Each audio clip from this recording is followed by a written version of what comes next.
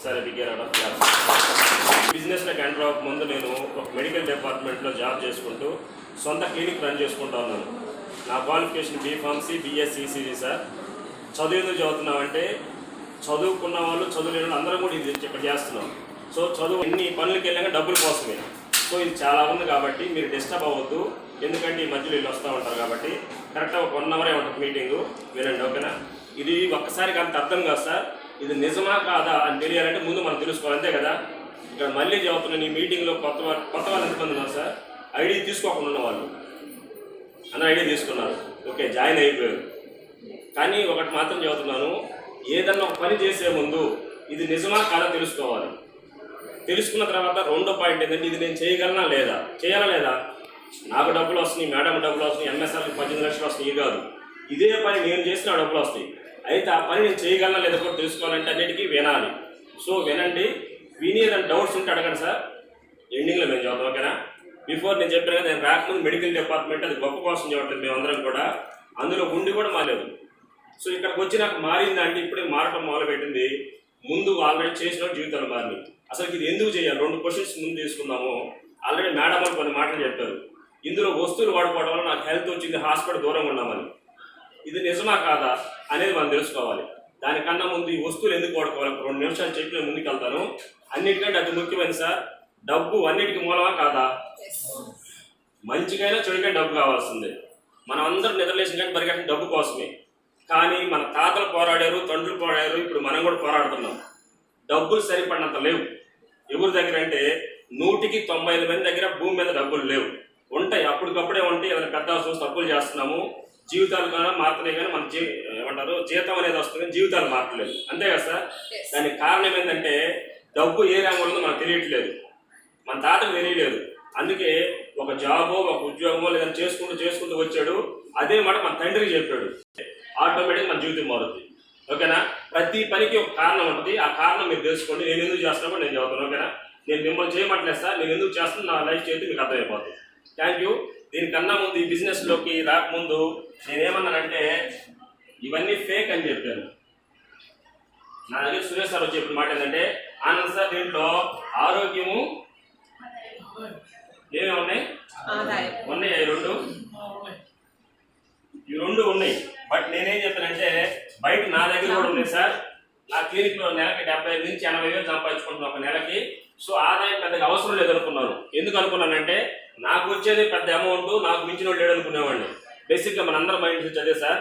ఒక చిన్న జాబ్లో అలవాటు పడిన తర్వాత కొన్ని సంవత్సరాలు చేయడం వల్ల ఇదే నాకు పెద్ద అనుకునేవాడిని. అందుకని ఇది వద్దు సార్ అన్నాను. ఎందుకంటే నా ఒపీనియన్ ఏంటి, వినే మైండ్ సెట్ కాదు నాది. రెండోది ఆరోగ్యం అనగానే ఇంకొంచెం మాకు ఉంది కదా, ఏముంది మెడికల్ నాలెడ్జ్ ఉంది కాబట్టి ఇది మీరు నాకు చెప్పేది ఏంటి అనుకున్నా. ఒక క్వశ్చన్ వేసాడు సారు, ఆరోగ్యం అంతా మీకు తెలిస్తే, మీకు మీన్స్ ఏంటంటే ఇక్కడ హాస్పిటల్ ఉంటుంది మీకు తెలిస్తే, ఏదన్నా ఒక పేషెంట్ వచ్చి ఒక ట్యాబ్లెట్ కానీ ఒక ఇంజక్షన్ మీరు ఇచ్చినప్పుడు ఈ జబ్బులు ఇక్కడ రావు అని చెప్పగలరా అన్నాడు. ఉందా సార్ ఎక్కడన్నా? ఒంగోలు ఏ హాస్పిటల్ కానీ వెళ్ళి ఒక ఇంజక్షన్ ఒక ట్యాబ్లెట్ వేయించుకొని ఈ జబ్బులు రావు అని డాక్టర్ చెప్తున్నారా? నేను హాస్పిటల్ వ్యవస్థను తప్పు పట్టట్లేదు, ఎందుకంటే అది మా వ్యవస్థే. బట్ ఎందుకంటే ఈ జబ్బుకు మూలమే తెలియకపోవడం వల్ల ఏదో ఒక మందులు వాడుతున్నాం, మెడిసిన్స్ మారుస్తున్నాం, డాక్టర్లు మారుస్తున్నాం, హాస్పిటల్ మారుస్తున్నాం. చివరికి ఎక్కడా తగ్గకపోతే గుడి మసీదు చర్చిలను తిరుగుతున్నాం, అవునా కాదా? సార్ నాకు చెప్పిన మాట ఏంటంటే ఇందులో ఆరోగ్యం ఎలా పాడవుతుందో తెలిస్తే జనాల ఆరోగ్యం పక్కన పెట్టు, మీ ఇంట్లో మీ ఆరోగ్యం కాపాడుకు 100కి 80% హాస్పిటల్ దూరంగా ఉండొచ్చు సార్ అన్నాడు. మంచి మాట చెడ్డమాట సార్? ఎమ్మంటే నాకు ఒక డౌట్ వచ్చింది. ఏంటి ఆ డౌట్ అంటే, ఆరోగ్యం గురించి చదువుతానన్న బాగానే ఉంది, మీరు ఏమైనా డబ్బులు కట్టిస్తారా అన్న సబ్జెక్ట్ వెనక ముందే అడగవచ్చా లేదా? ఎందుకు అడిగానంటే ఇంతకుముందు చాలా కంపెనీలు వచ్చి డబ్బులు కట్టించి నన్ను మోసం చేసి నేను కూడా మోసపోయాను, అవగాహన లేక అనవసరమైనట్లు జాయిన్ అయ్యి.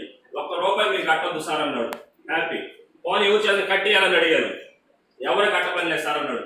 ఇప్పుడు వినొచ్చా సార్? ఇక్కడ ఉన్న వాళ్ళు కూడా ఎవరు డబ్బులు కట్టే వ్యవస్థ కాదు, కట్టించే వ్యవస్థ అంతకన్నా కాదు. సో నేను విన్న తర్వాత నాకు ఒక డౌట్ వచ్చింది. క్వాలిటీ అంటున్నారు, ఆల్రెడీ నేను వాడుతున్నది బ్రాండెడా కాదు మనం వాడేది? క్లోజప్ బ్రాండే, సంతూర్ బ్రాండే, నెక్స్ట్ పోతే రుచి గోల్డ్, సన్ఫ్లవర్ అని బ్రాండే కదా. కంపెనీ పేరు పెట్టిన బ్రాండెడ్ ఐటమ్స్. నేను కూడా సఫోలా డబుల్ ఫ్లేవర్ సన్ఫ్లవర్ వాడుతున్నాను, ఉన్నట్లు టాప్ అని చెప్పాను. సార్ చెప్పిన మాట ఏంటి, కల్తీ అన్నాడు. సరే ఇవన్నీ పక్కన పెట్టి ఇది వాడితే తెలిసిద్దా చూస్తే తెలిసిద్దా మనకి క్వాలిటీ? వాడితేనే కదా. సింపుల్గా నేను ఏం చేశానంటే కొన్ని ఐటమ్స్ సెలెక్ట్ చేసుకున్నా. రైస్ బ్రాండ్ ఆయిల్ మీ అందరూ తెలిసిందే. తర్వాత విమ్ బదులు dish wash, floor cleaner, toilet cleaner, ఒక 7-8 రకాలు హై కెమికల్స్ ఉన్న ఐటమ్స్ బయట ఉన్న ఇవి మార్చాను జస్ట్ ఫర్ చెక్ చేయడానికి. సురేష్ సార్ మాట లేదు, ఈ కంపెనీలో రిటర్న్ పాలసీ రాశారు, అది కూడా నమ్మలా నేను.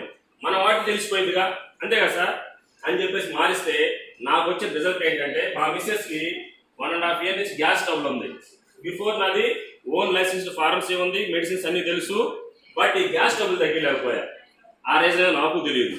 తిరిగిపోవటం వల్ల ఎప్పుడన్నా ఒక ట్యాబ్లెట్ లేట్ అయినా, ఒక ఇంజక్షన్ ఏదైనా కానీ నన్ను పట్టించుకొని వస్తుంటుందా లేదా లేడీస్లో. ఇవన్నీ వచ్చే క్రమంలో ఇవన్నీ జరిగిపోతుంది అని చెప్పేసి మొన్నట్లో ప్యాంటోసెట్ డిఎస్ఆర్ అని చెప్పి సన్ఫార్మా కంపెనీ 16 రూపాయలు పూసలు కొట్టు క్యాప్సిల్, అది ఇంట్లో పడేస్తే రోజు మింగుతూ ఉండేది, అట్లా వెళ్ళిపోతూ ఉండేది.